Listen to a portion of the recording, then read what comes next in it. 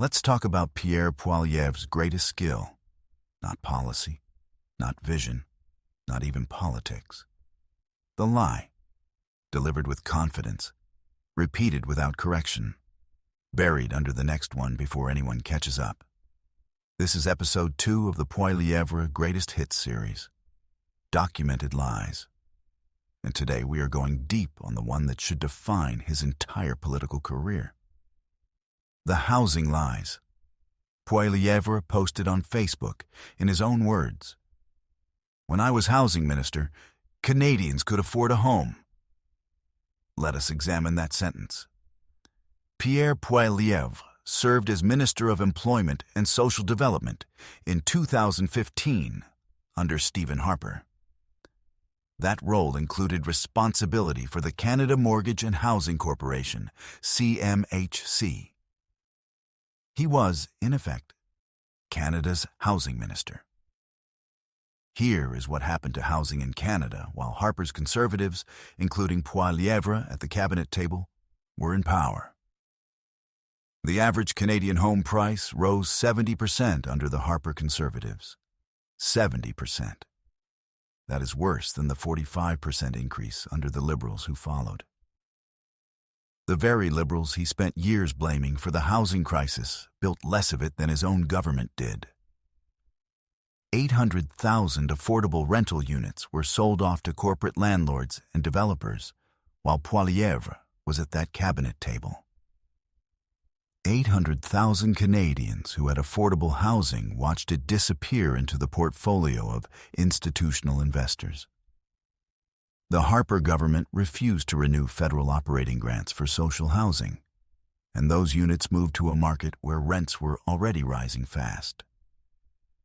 And during the specific fiscal year, when PoiLIEvre was directly responsible for the housing file, CMHC data shows that across Canada, 6 non-profit or community housing units were built under programs delivered by the federal government. 6. He then went on Facebook and told Canadians he made housing affordable. But here is where it gets worse, because this is not just a lie about the past. This is an active, ongoing betrayal, being committed right now in plain sight, with his donors' fingerprints all over it. Some of PoiLIEvre's top donors are real estate investors. The same institutional investors who acquire residential properties, convert them to rental income, and treat Canadian homes as yield-generating financial assets rather than shelter. In 2024, when the government proposed raising the capital gains inclusion rate, a measure that would have made REIT investors and wealthy landlords pay more tax on profits from housing, PoiLIEvre voted against it. He voted to protect the profits of the people who are pricing Canadians out of the housing market. He campaigns on housing affordability. His donors profit from housing unaffordability. He voted to protect their profits. And he went on Facebook and said, "When I was housing minister, Canadians could afford a home." That is not a misunderstanding. That is not a misread of the data. That is a man who helped build the crisis, whose donors profit from the crisis, and who votes to protect the profits of the crisis, campaigning as the solution to the crisis. In my book, Did I Just Say That Out Loud?, I describe this as the financialization of the 4 walls, the process by which Canadian housing was systematically converted from shelter into a financial instrument. It did not happen by accident. It happened through deliberate policy choices, tax treatment, and the withdrawal of federal investment in affordable housing stock. PoiLIEvre was at the cabinet table when those choices were made. His donors are the ones who benefited. And today, he is the man on the stage telling Canadians he will fix it. That is not politics. That is guided drift.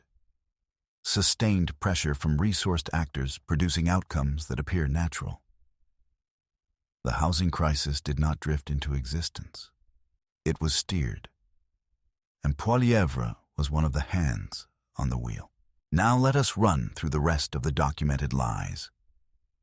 Because the housing betrayal is the centerpiece, but it does not stand alone. At the 2025 Federal Leaders Debate, La Presse ran a full independent fact check of every party leader on stage. Their finding? PoiLIEvre told more lies than any other leader that night. Not exaggerations. Lies. On Joe Rogan's podcast, in front of 11 million listeners, he said Canada admits 1 million immigrants a year. The real combined figure, permanent and temporary residents, is approximately 765,000. He cited no evidence. He did not need to. The inflated number serves the fear, and the fear serves the narrative. He told Rogan that Alberta's oil sands have, quote, no impact to groundwater. The Calgary Journal, in Alberta, fact-checked that claim and found it misleading. He repeated at nearly every campaign rally that 40 violent criminals in Vancouver were arrested 6,000 times in a single year. The Toronto Star traced the original report. The 40 individuals were property offenders, not violent criminals. The 6,000 figure referred to negative police contacts, not arrests.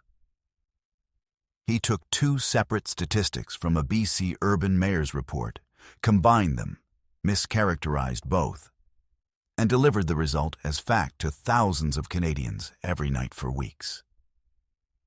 He held up a government report on stage in Nova Scotia, a document called Future Lives, published by Policy Horizons Canada, and told his crowd it predicted Canada's decline under Liberal policies.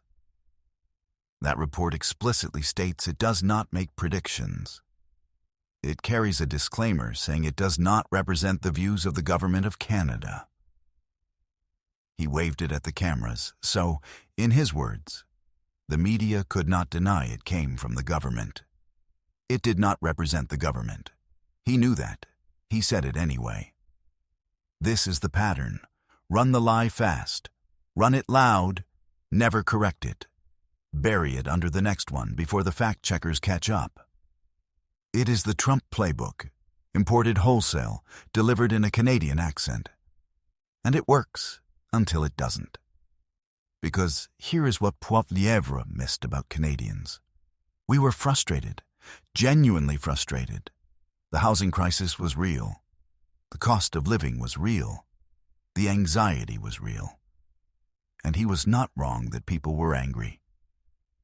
But Canadians did not want a man who manufactures the crisis, lies about its causes, and campaigns as the solution. They wanted the truth about what actually happened, and who actually did it. He helped build the housing crisis. His donors profit from it. He lied about his record. He lied about the data. He lied in the debate, on the podcast, at the rally, and on Facebook.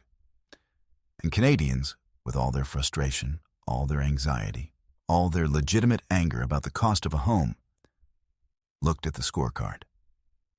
The scorecard does not lie, even if he does. I'm Glenn Koski. This is Did I Just Say That Out Loud? Links to the full series are in the description below. Subscribe so you do not miss the next hit.